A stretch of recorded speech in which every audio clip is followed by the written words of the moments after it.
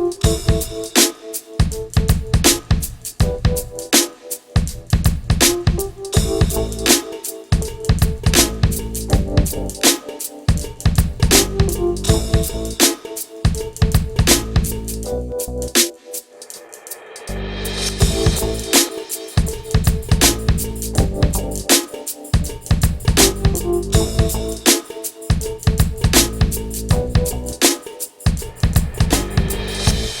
Halo semuanya, semuanya, jumpa lagi di Siniar Bahasa. Paling Udah nggak berapa bisa kali gue take opening juga, lah. paling nggak bisa. Openingnya udah nggak pernah bareng. 2 juga jarak jauh. Dan Tapi tidak sekarang apa-apa teman-teman. Halo, jumpa lagi di Siniar Bahasa teman-teman. Nah, kali ini mungkin agak sedikit istimewa seperti yang bisa istimewa luar dilihat, biasa. Bray. Mikrofon gua, Bray. Ini Bray, ini mikrofon biasanya cuman muncul kalau aku ada kerjaan voice over, Bray.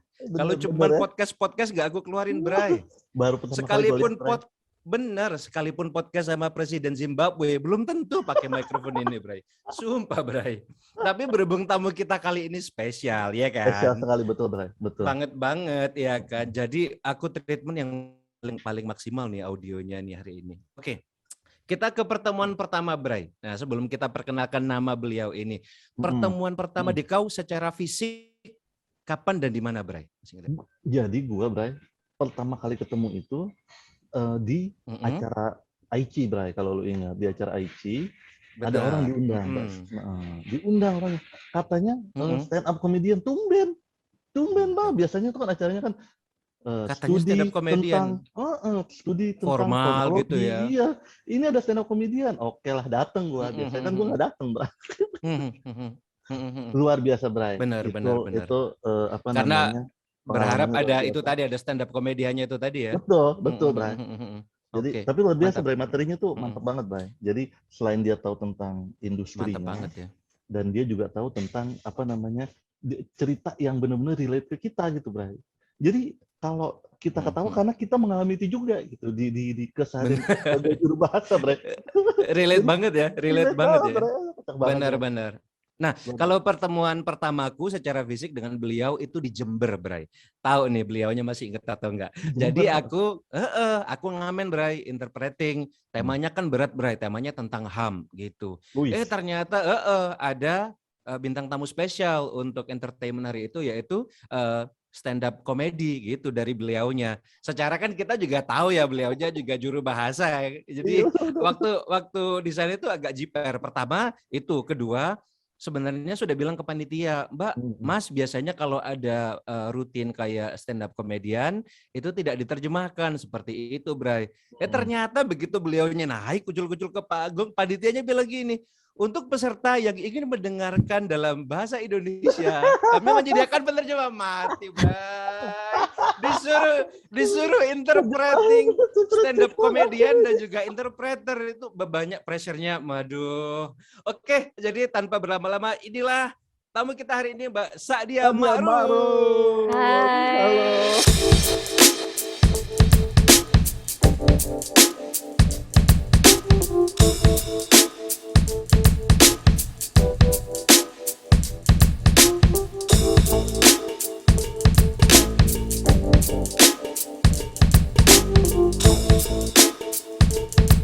Halo. Halo, apa kabar? Baik, halo Mbak Sa'dia, terima kasih loh sudah mau gabung loh. Halo, buat yang mendengarkan ini Sa'dia Ma'ruf asli, buat Asli. yang menonton ini Sa'dia Ma'ruf asli juga. Meskipun tidak terlihat wajahnya. Karena podcast kan audio kan. Betul, tadinya audio kan, aja. tadinya untuk audio ada cukup ya. Sumpah asli. Di Indonesia aja YouTube pura-puranya podcast gitu loh. Tuh, udah tajam tuh. Udah tajam tuh. Belum apa-apa udah tajam. Aduh. Mbak panggilannya beliau Mbak Diah ya, Mbak Iya, Diah. iya.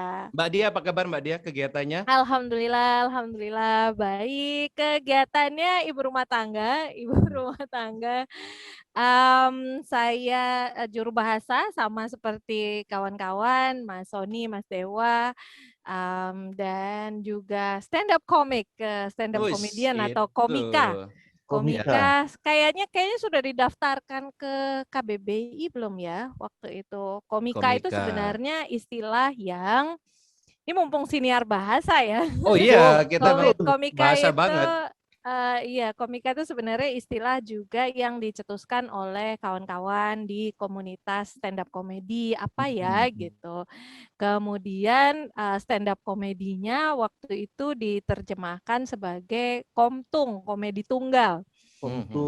Diterjemahkan sebagai komedi tunggal. Kayaknya sempat diperbincangkan di WhatsApp grup Bahtera waktu itu ya. Saya juga sempat turut memperbincangkan. Waktu itu diusulkan untuk didaftarkan gitu. Kan kata-kata baru didaftarkan ya. Betul. Kata-kata baru didaftarkan. Buat kawan-kawan sekalian yang punya istilah-istilah keren, yang mendengarkan istilah-istilah keren, adaptasi atau terjemahan dari kata-kata yang sudah terlalu lelah digunakan dalam bahasa Inggris terus-menerus, prosesnya didaftarkan. Tapi nggak tahu deh sampai hari ini sudah didaftarkan atau belum. Nah, ini kebetulan aku lagi buka sekalian, Mbak, di KBBI daring yang mana dia adalah versi daring ya dari KBBI 5. Itu sudah masuk, Mbak, Komika. Sudah masuk. Oh, sudah masuk. Sudah masuk. Komika nominal ya, Bray. pelawak yang membawakan lawakannya sendirian, biasanya di depan pemirsa langsung. Itu definisinya. Exactly, Gitu. tepat banget. Komika. Yes, Jadi sudah komika. masuk. Kalau komtung komedi tunggal sudah masuk belum ya? Komtung udah masuk belum ya? Indonesia tuh suka banget singkatan ya, Mbak ya? Iya. Komtung belum Iya masuk. dong. Komtung belum masuk. Komtung belum masuk. Iya, tapi komika sudah masuk, berarti Komika profesi sudah saya masuk. juru bahasa dan komika. Nah, ini mumpung udah dibuka, aku mulai dengan pertanyaan nakal yang pertama, Bray. Dikau yang kedua. Jadi kalau berdua ini Mbak Dia, biasanya aku yang pertanyaan yang ngaco-ngaco gitu. Ntar Mas Sony yang lebih filosofis. Yang lebih ngaco. Gitu. Oh, yang lebih filosofis. Baik. Oke, pertanyaan pertama ada untuk Mbak Dia. Oke. Iya. Lebih gurih mana? Lebih gurih mana? Tanpa menyebut angka, kalaupun mau alhamdulillah. Baik. Lebih gurih mana menjadi komika atau juru bahasa, Mbak Dia? Oh, baik. Sama-sama gurihnya asal pakai bawang putih, Mas. Oh gitu ya. Bisa. Iya dong, kan tadi dibilang profesi pertama ibu rumah tangga gitu. Oh itu ya. Langsung nyautnya langsung ke kulineri, benar-benar. Kalau secara pendapatan ya, Mbak, secara pendapatan enak yang mana, Mbak? Iya.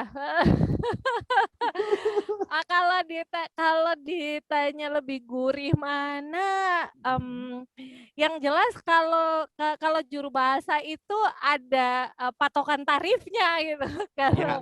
Kalau juru bahasa itu ada patokan tarifnya. Kalau komika itu jadinya berkisar antara cukup tinggi sampai terima kasih saja. Serius? Iya, jadi pada dasarnya dua-duanya senang dijalani. Komika sebagai karya seni, kalau ditanyanya pendapatan banget ya, pertanyaan pertama gitu.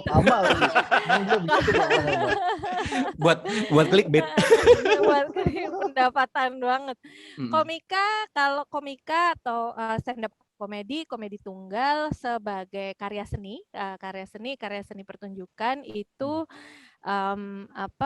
berpeluang untuk ditawarkan dengan harga yang lebih tinggi karena berkaitan dengan bagaimana kita mengolah estetika ya, bagaimana kita mengolah estetika dan bagaimana orang bisa terhubung dengan karya seni kita gitu, terhubung dengan karya seni kita dan juga bagaimana kita makin hari makin meningkatkan skill. Sebenarnya sama sih kalau semua profesi itu meningkatkan skill, tapi meningkatkan kecakapan dan juga bagaimana misalnya merespon isu-isu terkini dan lain sebagainya. Sebenarnya secara umum bukan hanya stand up comedy ya, karya seni itu sebagai hasil dari proses kreatif kemudian punya peluang untuk ditawarkan dengan harga yang lebih tinggi, tetapi di sisi lain juga memiliki tanggung jawab sosial yang sedemikian besar karena kita bukan hanya tanda kutip mengambil dari penonton kita, tetapi kita justru jauh lebih berhutang kepada penonton kita sebagai bagian dari pertumbuhan kita sebagai pertumbuhan personal juga ya, sebagai seorang yang berkarya gitu, sebagai seorang yang berkarya. Jadi di sisi lain bisa dilempar ke pasaran dengan harga yang tinggi gitu, tapi di sisi lain juga bagaimana kita selalu berpikir untuk give back to the community gitu, selalu berpikir untuk bagaimana kita memberi ya, sebanyak-banyaknya memberi juga untuk penonton kita gitu. Nah, kalau juru bahasa sebagai profesi profesional di bidang bahasa jadinya ya. Kalau juru bahasa sih senangnya karena selalu ada standar tarif gitu, selalu ada standar tarif. Walaupun sama Mbak ya. Walaupun sama, meskipun kan juga kita tentu saja dengan senang hati ya untuk tugas-tugas pro bono dan sebagainya yang layak ya, layak untuk kita bantu tentu saja. Tetapi sangat mengurangi beban psikologis sebenarnya. Gitu ya. Kalau flat tarif itu sangat mengurangi beban psikologis untuk bagaimana kita karena kan karya seni itu berhadapan dengan selera ya, maksudnya berhadapan dengan selera gitu. Lembaga-lembaga yang memang sangat apresiasi dengan karya saya gitu. Karena misalnya sedangkan kalau juru bahasa kan kita berhadapannya dengan skill set profesional yang dijual gitu ya. Tidak ada sangat sedikit melibatkan hati sesungguhnya gitu kan, sangat sedikit melibatkan hati, lebih banyak melibatkan portfolio. Sejauh mana Anda mumpuni di bidang ini gitu kan. Jadi ya bagaimana kita kemudian menakar dan mengukur selera orang kepada kita gitu ya, saling imbal balik as an artist. Makanya aku bilang kalau di juru bahasa itu bebannya lebih sedikit itu, bebannya lebih sedikit. Oke, saya pengalaman sekian tahun, saya certified, tarifnya sekian, selesai gitu. Iya benar-benar sih. Gitu. Mantap. Mantap. Gue tercerahkan masalah. Iya. Ternyata memang ada kedalaman tertentu loh, Bray. Jadi memang gue melihatnya sekarang sebagai karya seni, betul juga. Karya seni, memang benar. Kayak yang gue bilang tadi, yang dia ceritakan tuh relate ke gue gitu, dan nilainya iya. Kisah dia tuh nilainya lebih tinggi ke gue karena gue bisa relate. Dan cara dia bring up itu in a funny way itu menyenangkan sekali gitu, karena menyentuh gue in a different level. Gila, bener loh, ternyata gue nggak sendiri tuh keanehan itu gitu kan. Gitu. Tapi enaknya berarti kalau interpreting gitu ya Mbak ya, atau menjuru bahasakan itu ya, kalau lagi kerja ada yang lucu, catat jadi bahan nih gitu. Jadi bahan. Yang jelas penjuru bahasanya harus tetap akurat ya. Ya, itu paling penting. Penjuru bahasanya dan etis ya gitu. Dan etis, materi-materi sensitif dijadikan bahan, wah bahaya. Enggak dong kan, bagaimanapun juga juru bahasa baik ke kegiatan yang publik, seringkali kan kita sebenarnya menjuru bahasakan untuk kegiatan publik ya. Kegiatan publik kan boleh saja kita buka atau bicarakan ke publik sebenarnya, karena toh itu kegiatannya open for public gitu. Betul, tetapi bagaimanapun juga saya saya sebagai juru bahasa, kita semua ya bertiga sebagai juru bahasa tentu saja memegang kode etik bagaimanapun juga apa yang kita dengar pada saat kegiatan, meskipun itu kegiatan publik yang ada di YouTube lagi gitu kan. Iya, betul. Meskipun itu kegiatan publik yang di live streaming di YouTube, bukan pada kapasitas kita untuk membicarakan isi dari kegiatan tersebut, dari konferensi tersebut, dari webinar tersebut dan sebagainya. Tapi gini deh, saya mau tanya sekarang balik. Waduh.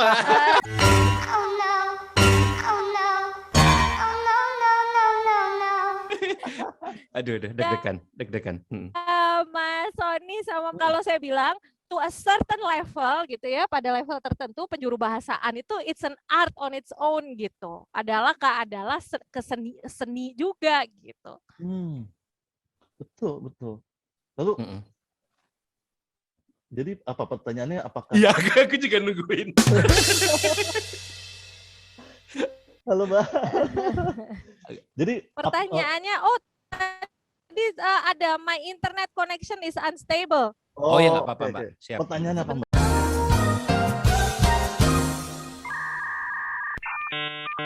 Ini gimana nih? Lancar-lancar? Aman, sekarang lancar. Aman. Oke, baik. Oke, siap. Yes, pertanyaan saya. Pertanyaan saya adalah kalau menurut Mas Sony, Mas Dewa, setuju nggak kalau kita bilang bahwa penjuru bahasaan itu pada level tertentu adalah sebuah seni? Anjir, dalam sekali saudara-saudara. Tidak pernah ada yang bertanya. Biasanya kita doang. Lu dulu, Bre, yang lebih senior. Ya. Amin. Jadi gini, menurut saya Mbak Sadia, jadi pertama itu saya jadi juru bahasa karena suka.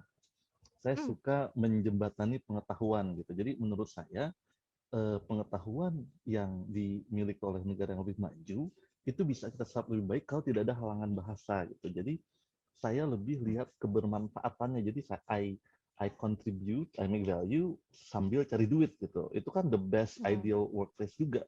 The most, maksud gue jadi deg-degan kalau ada Mbak Sadia emang ngomongnya. Jadi itu tempat paling bagus untuk kita berkarya gitu. Udah ngasih value dan dapat duit gitu kan.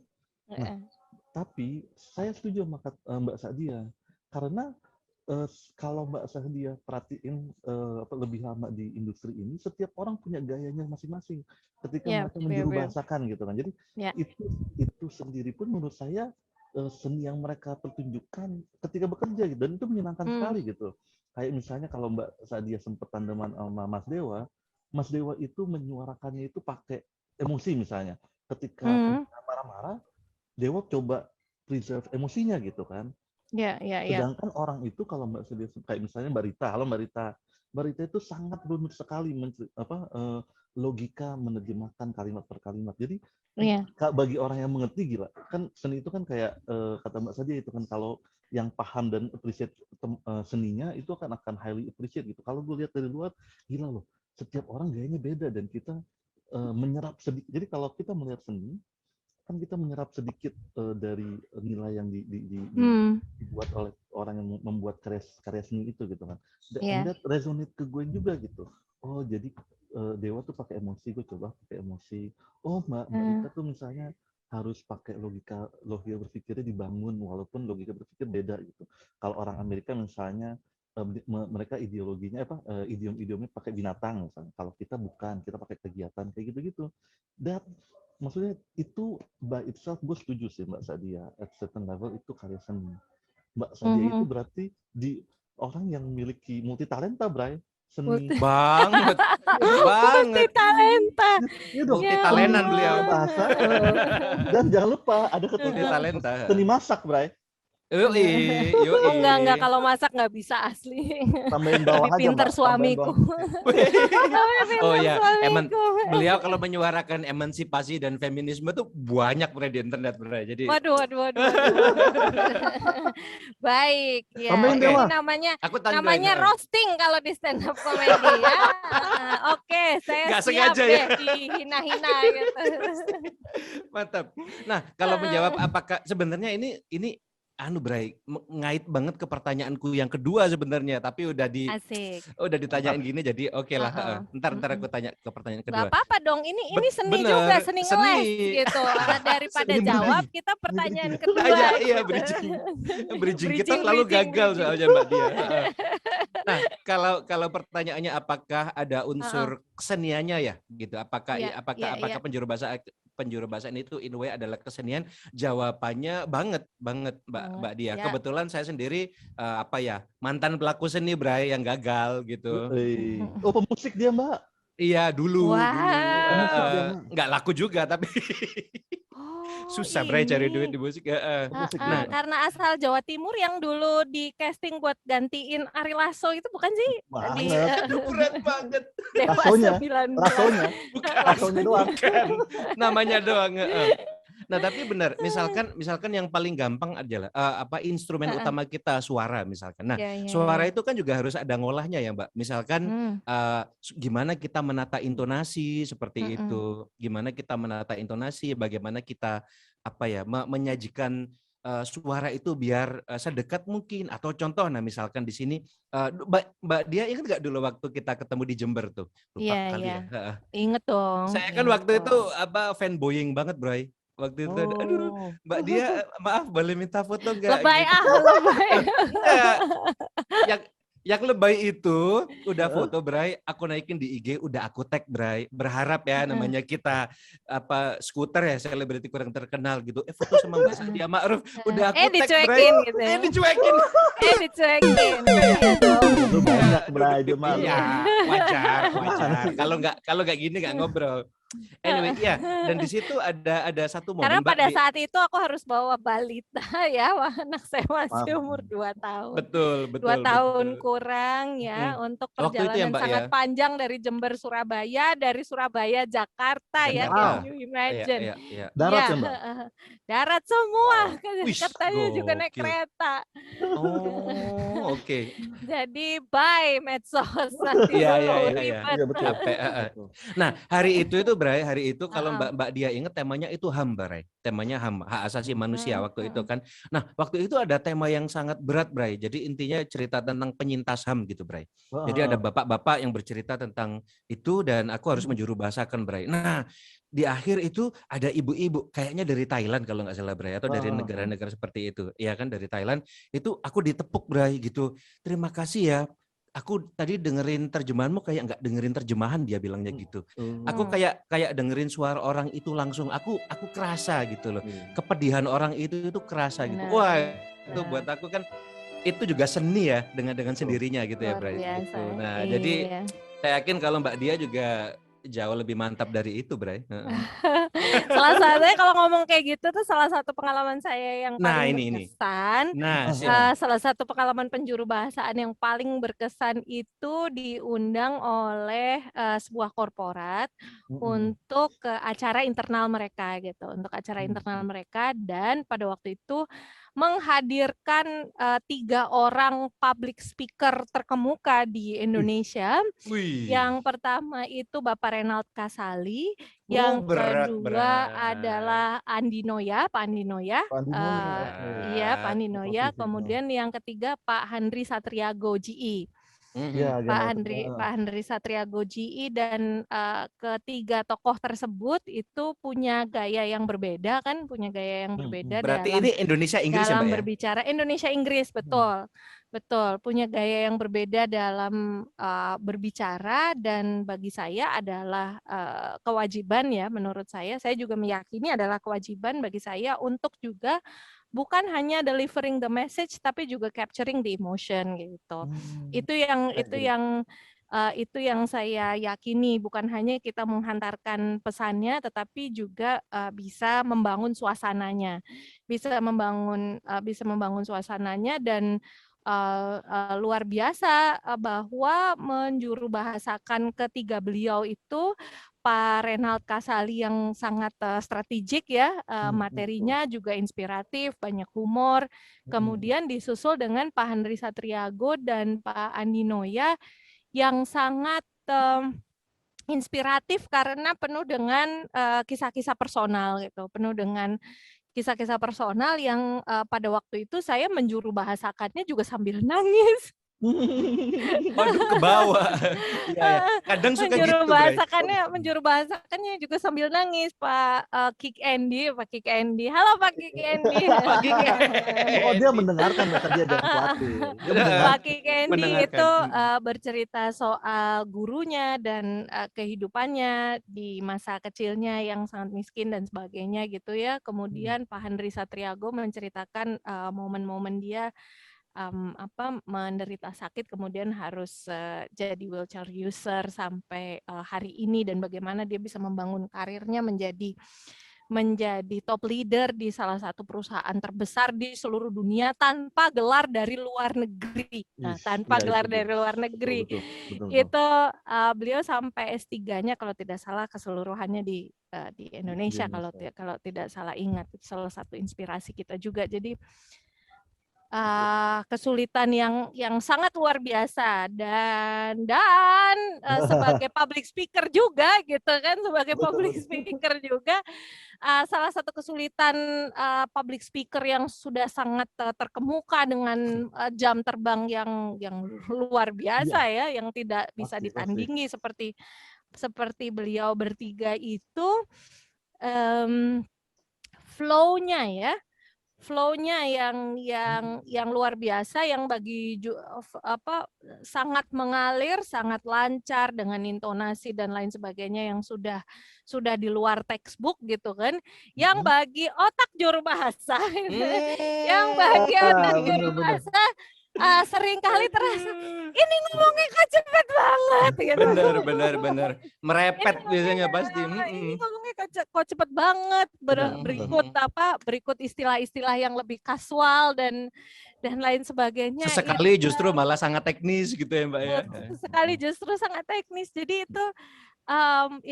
itu tantangan tersendiri yang membuat saya makin berpikir bahwa penjuru bahasaan adalah sebuah seni. Kemudian saya pernah membaca yang membuat saya berbesar hati gitu ya, menjalani dua profesi sebagai juru bahasa dan komika. Saya pernah membaca satu website universitas di Amerika Serikat, saya lupa banget, mohon maaf nama universitasnya apa, yang menawarkan program penjuru bahasaan ya, dengan berbagai pasangan bahasa kecuali bahasa Indonesia tentu saja kan, Inggris, Prancis, dan Arab dan lain sebagainya. Tapi bukan itu. Yang menarik perhatian saya adalah di dalam program tersebut ada 2 SKS acting. Wow. Ada 2 SKS acting. Wow. Ada 2 SKS acting, itu bagi saya wow gitu. Itu sangat eye opening, sangat membuka mata saya ketika oke, gitu. Kemudian saya membaca berbagai keterangannya gitu, karena juru bahasa kan after all ditulis di situ, after all we are on the air gitu. After all we are on the air, pada dasarnya ini kita kan di udara gitu. Kita di banyak orang udara. Iya, ada 2 SKS acting yang tentu saja di dalam silabusnya itu menawarkan berbagai hal, berbagai aspek dasar acting ya, berbagai aspek dasar acting dari mulai olah rasa, kemudian olah suara, intonasi dan lain sebagainya, yang membuat saya sangat besar hati, sangat besar hati dan sangat besar hati menjalani 2 profesi ini. Dan ada yang menarik lagi, dan ada yang menarik dan kepake. Dan kepake. Jadi saya sebagai juru bahasa, ini salah satu pengalaman menarik sebagai juru bahasa di luar pengalaman yang menegangkan ya, acara kenegaraan dan lain sebagainya gitu. Ada salah satu pengalaman menarik dan seru sebagai juru bahasa, saya menjuru bahasakan untuk premier atau penayangan perdana AADC, bayangkan. Penayangan perdana AADC 2. AADC 2. AADC 2 yang waktu itu kan heboh sekali kan. Benar. Waktu itu heboh luar biasa. Salah satu historical event lah ya. Historical event meskipun pendapat pribadi hampir semua orang gitu kan. Ya kok gini gitu. Iya. termasuk yang udah nonton. Ya kok gini. Jadi pada waktu itu saya mendapatkan kesempatan untuk menyaksikan satu momen bersejarah dalam budaya pop Indonesia gitu. Momen bersejarah dalam budaya pop Indonesia yaitu tayang perdana yang orang-orang juga berebutan banget mau dapat tiketnya kan. Penayangan perdana AADC 2 waktu itu di Yogyakarta. Di Yogyakarta karena lokasi syutingnya kan juga kebanyakan di Jogja. Jadi ceritanya itu pembuatan film AADC ini disponsori oleh satu perusahaan. Ada beberapa sponsornya, cuman maksudnya ada perwakilan dari salah satu sponsor itu datang dari Filipina kebetulan. Itu datang ada 3 orang yang pada saat penayangan perdana, karena penayangan perdana kan filmnya belum ada subtitlenya. Karena kan untuk film itu kan subtitle biasanya diberikan saya tidak terlalu paham, tapi setahu saya sebagai penonton film aja ya, subtitle itu kan diberikan saat misalnya filmnya mau dikirim ke festival film internasional atau apa, maksudnya setelah penayangan di tingkat lokal gitu. Atau kalau mau masuk yang streaming berbayar gitu ya. Streaming berbayar, betul. Jadi ya begitu. Saya di atas itu di projector room. Saya di projector room menyaksikan AADC 2 dengan ukuran amat kecil gitu. Karena kan ngeliatnya dari projector room dan bayangkan harus menjuru bahasakan secara langsung. Serius Secara langsung keseluruhan filmnya keseluruhan each and every word, every dialogue, the poetry dan semuanya terpaksa sendirian karena tidak boleh betul. Karena ini satu dan lain hal ya. Premier eksklusif, nggak boleh terlalu banyak orang yang nonton dan lain sebagainya. It was crazy. Dan saya tidak diberikan akses materi apapun karena ini sangat eksklusif. Sampai bocor endingnya gitu kan, ini kan dinanti rakyat Indonesia banget cinta sama Rangga ini akhirnya gimana gitu. Jadi kayak apa, misalnya apalagi minta skenario nya, nggak mungkin sinopsisnya aja nggak tidak dikasih apapun. Jadi empty handed.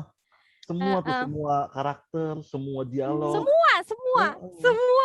semua dan emotionnya juga harus nyampe juga harus dapet kan. Kamu jahat apa sih? Ini kayaknya cuman di sini, Bray. Bener. Cuman di sini Mbak Dia buka-bukaan sebagai seorang juru bahasa. Kalau di channel lain membahas sebagai komika sering. Terus sedihnya apa coba? Gimana Mas Sony? Sedihnya nggak ada dokumentasinya. Karena rahasia. Nggak ada dokumentasinya, jadi we are stripped gitu. Saya hanya bisa foto-foto di depan, ada poster-poster ADC segala macam.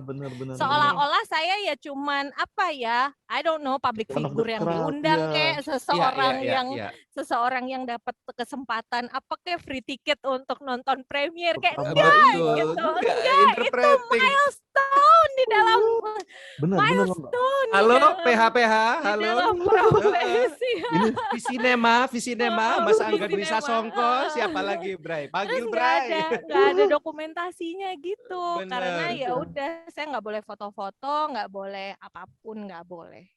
semuanya itu satu karakter, Bray. Aduh. Mbak Syahdia itu satu film semua karakter dia. Semua karakter. Ya Halo, cintanya, ya cinta. Ya cintanya, ya rangganya, ya Netflix pacarnya. ya. I Disney shiver, ini. apa sih I shiver, aku gemeteran atau apa gitu. Bener, Aduh bener. lupa deh. Itu yang Terus jok-joknya ini si beberapa temannya si waktu kita tuh. kemudian, Nah ini nih kemudian. beberapa waktu kemudian kan terbit ini tidak ada New York hari ini, Mas, ya, buku puisinya. puisinya Mas Aan Mansur dan Iya. bilingual kan. Betul. Dan bilingual, jadi terus ini biasa kan kita juru bahasa kan suka insecure ya, ada tahu nggak insecurity-nya juru bahasa apaan? Apa Ada tuh? satu kata yang kita meleset aja tuh Nggak ada. kepikirannya, ya Oh iya benar Mbak. kepikirannya, Benar. oh satu kata meleset masih mending, ada yang satu kata tuh mau keluar aja susah banget, terus Ya. habis gitu Iya, selesai jadi eventnya kan, tuh terus baru harusnya datang. Katanya Iya, muncul. baru datang itu. Ilhamnya baru datang. Iya tuh yang begitu tuh. Itu relate banget, Bray. Relate banget gitu, Bray. Aduh. Harusnya ini gitu kan. harusnya ini gitu kan, terus saya ngecek dong di Nah. buku itu, terus seneng aja, oh iya yang ini benar, yang ini enggak, terus Oh, terus yang aman, ya aman, ampun aman. nerjemahin lagu-lagunya segala macam, like what on earth, job apa ini gitu. Iya benar. Tapi di sini doang, Bray. Di sini ada Cuman di Mbak sini, Mbak Eksklusif Dia. banget, pernah nyeritain Eksklusif kemana-mana banget. di Makasih ya Mbak Dia, mantap. Dan Sisi itu lain langsung. dari seorang Mbak Dia. Siapa Itu bilang langsung, Mbak Bro. Dia cuman stand up komedian dan Iya. bintang iklan bintang iklan tuh apa? Tokoh, Bray. Benar. Asik. Gokil, Mas gokil. Adia, Iya ya, sekarang mau kenapa nanya aku nih. nggak menghubungi PH-PH tersebut Iya. ya, Halo, maksudnya visi pasti nama ada MD. kenalan gitu. Iya, ini ada interpreter film sudah teruji Iya. live ya. PH-PH yang lain cari ya Mbak Dia ya. Ini Aduh, ya Dian mantap. Sastro cuma jadi cinta, Bray. Ini Mbak Dian Sadia Sastro cuma jadi cinta. jadi Jadi Rangga. Rangga. Jadi temennya tuh siapa tuh yang bikin film Jadi apa sendiri? lagi tuh ya yang kocak-kocak tuh di situ. Jadi By the way, yang kalau impromptu kayak gini susah ya nginget karakternya semua, ada Mili, ada Mapet. iya. Yang paling aku ingat cuma yang itu, Bray. Yang boneka kertas itu, Bray. Oh, gue yang Oh baru iya, ingat botak itu. Ria Iya. Peppermoon. Peppermoon. Nah, Peppermoon Puppet Theater. Hello Peppermoon Puppet Theater. Saya juga Mantap sempat tuh. satu panggung sama betul. Peppermoon Puppet Theater. Wih, udah kemana-mana Mbak Sadia. Udah kemana-mana, Bray. Silakan, Bray. Pertanyaan yang lebih normal. Lebih dong. Mbak Sadia, Masalahnya udah. Iya. gini Mbak Sadia kan tentu saja semua orang tahu, Bray. Mbak Sadia itu banyak dapat award, terutama tentang bagaimana menyampaikan nama awardnya sih itu creative design kalau nggak salah, Mbak. Boleh nggak Pak tuh diceritain? Serius kreatif design? Gokil loh, Bray. Kirain Iya. kamu mau bicara BBC 100 Women. Biasanya itu Waduh, soalnya. gitu ya. Biasanya yang itu. Pamer halus. Biasanya yang itu. Ada lagi, Bray, yang lebih keren, Bray. Itu gue udah baca dan gue udah dengar. Iya, waktu udah itu. terlalu mainstream ya, Bray. Gue pengen denger yang kreatif desain ini karena bayangin coba, Bray, bagaimana menyampaikan isu yang sangat-sangat sensitif gitu, Bray. Iya. Tapi in a very anekdotal, funny dan bisa diterima gitu, Mbak. Coba Mbak ceritain sedikit, Mbak. Riset lu boleh, Bray. Keren riset lu, Bray. Boleh, siap. Ini Mbak. Tapi emang benar Mbak, saya pengen tahu Mbak. Boleh nggak Mbak diceritain sedikit? Karena ini luar biasa sekali loh. Salah satu orang yang satu profesi sama gue minimal itu bisa menambah added value-nya tuh luar biasa sekali. Selain jadi stand up comedian juga memberikan value ke humanity as a whole gitu. Itu keren banget. Amin ya Allah. Iya. Nama penghargaannya Václav Havel International Prize for Creative Design. Václav Havel International Prize for Creative Design diberikan oleh Human Rights Foundation bekerja sama dengan pemerintah Norwegia. Saya menerimanya di 2015. Creative Design itu pada dasarnya memberikan apresiasi kepada mereka yang melakukan perlawanan dengan cara-cara yang kreatif. Para penerimanya itu ada kartunis misalnya ya, Oh, oke. ada kartunis, kemudian ada waktu itu komedian dari Iran juga kalau tidak salah, Oh, ada oke. pelukis yang sangat terkemuka Ai Weiwei. Ai Oh, iya, iya, Weiwei, iya. terus habis gitu ada band punk rock Rusia namanya Pussy Riot, band Oh, punk rock saya tahu tuh. perempuan. Saya tahu tuh. Iya, Mm-mm. jadi setiap tahunnya itu ada 3 penerima. Setiap tahunnya ada 3 Uh, penerima. Saya pada saat itu Wow, eksklusif banget. eksklusif banget loh. saya pada 3. saat itu menerima penghargaannya bersama dengan satu orang seniman mural. Oke. Satu orang seniman mural yang pada waktu itu tidak bisa hadir karena dipenjarakan sebenarnya oleh pemerintah negaranya. Oh, oke. Kemudian satu lagi aktivis dari Sudan pada waktu itu. Wow. Saya menerimanya. Jadi saya merasa udah kayak apa ini udah kayak keset di bawahnya lagi gitu. Oh, Tapi 3, Mbak. Jadi kan enggak yang satu, dong, enggak Tiga, jadi Mbak. dong. kan yang Cuman satu kayak 3. Heeh. oh, oke, yang satu seniman mural menentang pemerintah sampai di penjara gitu, yang satu Benar, aktivis dari Sudan, yang satu pelawak gitu. pelawak. Kayak punchline banget, itu kan teori komedi Punchline banget kan. Itu kan teori komedi banget, itu namanya rule of three gitu. Iya, Iya, iya. iya, Rule of rule of three three, itu tak rule of tak three. boom gitu No. kan. Rule of three, tak tak boom gitu kan, jadinya 3 gitu. Aduh. Tiga, Bener-bener. misalnya begini, Nah, nah, misalnya nah. Nah, nih. misalnya nih rule of three nih Iya, gitu. iya, iya. Misalnya nih jadi juru bahasa itu banyak tantangannya tuh. Jadi juru Ah, bahasa tuh banyak tantangannya. Yang pertama sering menerjemahkan rapat-rapat rahasia, misalnya menjuru bahasakan ya. rapat-rapat rahasia. Terus kedua, kadang-kadang pembicara pakai jok-jok yang susah nerjemahinnya. Terus Ya. ketiga, invoice lama cair. Nah, misalnya gitu-gitu lah jadinya. Oh, iya, iya. Invoice selama Iya. cair. Itu namanya rule of three Iya, gitu. iya, bener-bener. Invoice selama cair. Dewa relate banget itu. Relate banget. Relate banget. Bray. Itu namanya rule of three gitu di teori komedi. Jadinya saya tuh merasa itu kan di panggung award itu gitu kayak rule of three gitu. Penghargaan Wih. Václav Havel International Prize for Creative Design dipersembahkan Oh, kepada orang-orang yang Drum roll. melawan dengan cara kreatif gitu kan, diberikan kepada aktivis dari Sudan, seniman mural dari saya tidak bisa menyebutkan negaranya karena beliau juga membayar, seniman mural, oh. pelawak gitu kan. Jeda dulu ini yang baca ini beneran enggak gitu. Terakhirnya pelawak. Jadi tapi saya bangga loh sebagai pelawak terus sekalian jadi punchline gitu Betul, kan. betul, Jadi betul. Bisa banget. Luar biasa, Mbak ya, pengalamannya, Bray. Ngeri.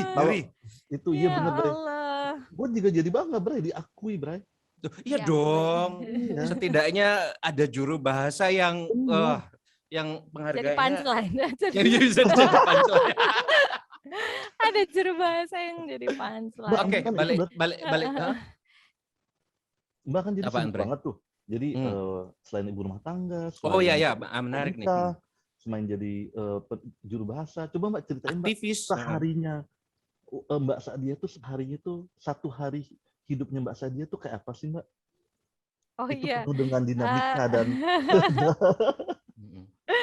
Aduh, a day in the life of sehari dalam Sadia hidup. Maruf. Iya. Ya, sehari dalam eksklusif hidup. ini, eksklusif. Eksklusif.